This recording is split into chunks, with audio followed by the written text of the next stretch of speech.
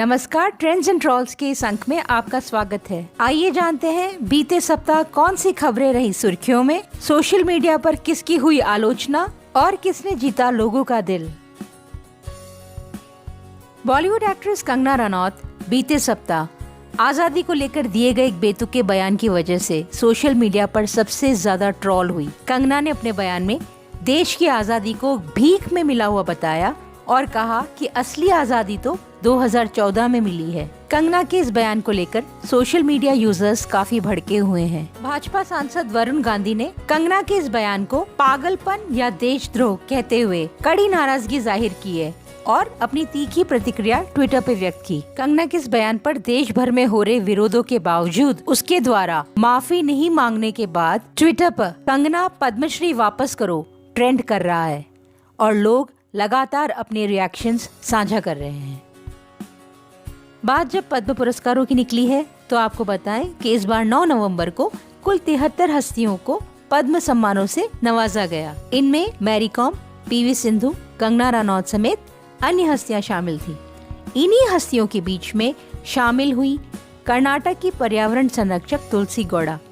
Encyclopedia forest कही जाने वाली 77 वर्षीय तुलसी को उनकी सादगी के लिए खूब पसंद किया गया। पद्म सम्मान लेने के लिए जब वे अपने पारंपरिक आदिवासी लिबास में नंगे पैर ही राष्ट्रपति भवन पहुंची, सारी निगाहें उन्हीं पर टिक गई। तुलसी पिछले 60 वर्षों से वन विभाग की नर्सरी की देखभाल करती हैं। वह कई पौधों के बीजों को इकट्ठा करती हैं। गर्मियों के मौसम में उनकी रखरखाव करके सही समय पर जंगल में बो देती हैं।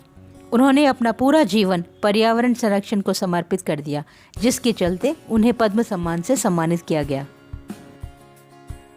कांग्रेस नेता सलमान खुर्शीद अपनी किताब sunrise over Ayodhya nationhood in our times पर मचे विवाद को लेकर सोशल मीडिया पे खूब ट्रोल हो रहे हैं। किताब में हिंदुत्व की तुलना ISIS और बोको हरम जैसी जिहादी संगठनों से करने पर भाजपा और हिंदू संगठनों द्वारा तीखी प्रतिक्रियाएं दी जा रही हैं। सोशल मीडिया में ट्रोल होने के बाद सलमान अब अपनी सफाई देते फिर रहे हैं। उनका कहना है, मैंने हिंदुत्व की तुलना ISIS से नहीं की है, मैंने दोनों को सिमिलर बताया है, ना कि सेम। सलमान ने यहाँ तक कहा कि मुझे अफसोस है मैंने इस किताब को अंग्रेजी में लिखा। इशारों इशारों में उन्होंने ये भी कहा कि भाजपा वाले लोग अंग्रेजी में थोड़ा कमजोर लगते हैं। चलिए साहब, दूसरों की अंग्रेजी तो कमजोर है, तो आप ही बता दें जरा कि सिमिलर और सेम में क्या अंतर है। नोटबंदी के 5 साल मोदी सरकार द्वारा काले धन पर प्रहार करने के लिए 5 साल पहले यानी 8 नवंबर 2016 को आधी रात से 500 और 1000 रुपयों के नोटों को बंद करने का ऐलान किया गया था। इस ऐतिहासिक फैसले का मुख्य मकसद देश में डिजिटल ट्रांजैक्शन को बढ़ावा देना और काले धन पर रोक लगाना था। नोटबंदी की 5वीं वर्षगांठ पर विपक्षी दलों ने सरकार को इस फैसले को लेकर खूब आड़े हाथों लिया। कांग्रेस महासचिव प्रियंका गांधी वाड्रा ने केंद्र सरकार से सवाल किया कि अगर नोटबंदी सफल थी तो फिर भ्रष्टाचार खत्म क्यों नहीं हुआ, आतंकवाद पर चोट क्यों नहीं हुई, काला धन वापस क्यों नहीं आया और अर्थव्यवस्था कैशलेस क्यों नहीं हुई। नेशनलिस्ट कांग्रेस पार्टी के वरिष्ठ नेता नवाब मलिक ने एक ट्वीट में कहा कि नोटबंदी को 5 साल पूरे हो गए, न काला धन वापस आया, न भ्रष्टाचार कम हुआ, न आतंकवाद बंद हुआ। मोदी जी ने 3 महीने मांगे थे, अब वे ही बता दे कि हमें किस चौराहे पर आना है। पेट्रोल कीमतों को लेकर लगातार मोदी सरकार पर निशाना साधते आए सांसद राहुल गांधी और कांग्रेस महासचिव प्रियंका गांधी वाड्रा इस बार सोशल मीडिया पर खुद ट्रोलिंग का शिकार हो गए। लोगों का कहना है कि राहुल और प्रियंका देश भर में तो महंगाई का रोना रोते हैं, लेकिन ये दिया तले अंधेरा नहीं तो और क्या है, क्योंकि जिन राज्यों ने अब तक पेट्रोल में वेट कम नहीं किया है उसमें कांग्रेस और उसके सहयोगी दलों द्वारा शासित राज्यों जिसमें राजस्थान, छत्तीसगढ़, महाराष्ट्र, झारखंड और तमिलनाडु शामिल हैं। भाई केंद्र सरकार ने तो पेट्रोल पर 5 और डीजल पर 10 रुपए कम करके जनता को कुछ तो राहत दी है। अब बारी आपकी है, जरा अपनी पार्टी के मुख्यमंत्री और सहयोगी दलों के मुख्यमंत्रियों को बोलिए तो सही कि कुछ दामों में कटौती कर करके अपने प्रदेशवासियों को राहत प्रदान करें।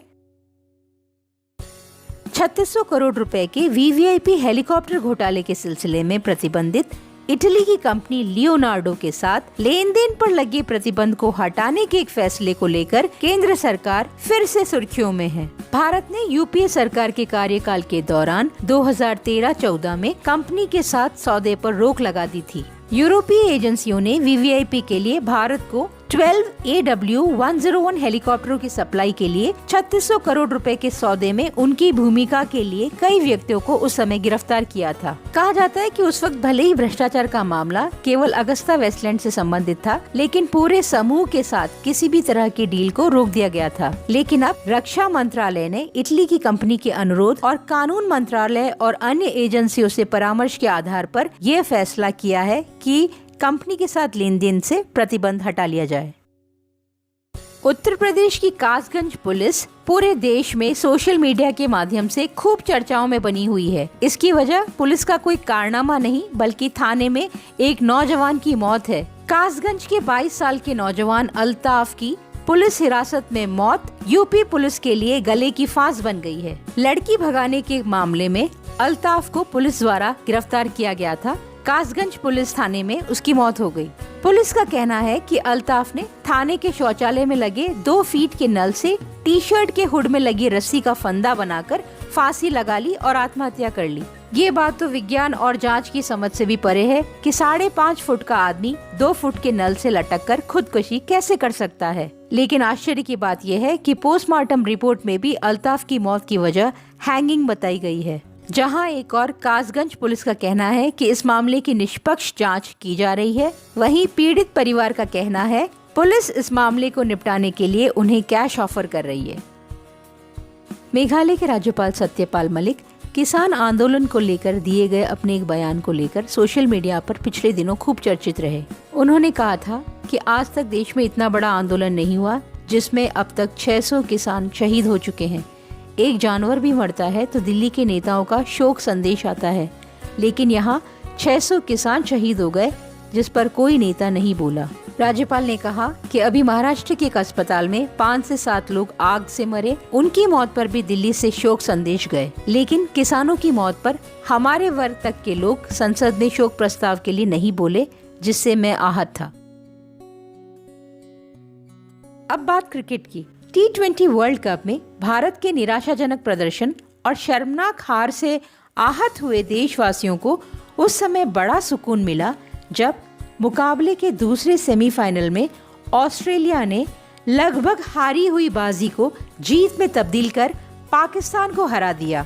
जीत का सेहरा मैथ्यू वेड के सिर बंधा, जिसने 19वें ओवर में 3 छक्के लगाकर अपने देश को जिताया। सोशल मीडिया में टीम पाकिस्तान बुरी तरह से ट्रोल हुई। पाकिस्तानी टीम का मजाक उड़ाते हुए लोगों ने तो ये तक कह डाला कि वेड को भारत रत्न दिया जाना चाहिए। तो आज के लिए इतना ही। ऐसी ही कई रोचक खबरें लेकर हाजिर होंगे अगले हफ्ते। बने रहिए हमारे साथ। चैनल को लाइक, शेयर और सब्सक्राइब करना ना भूलें।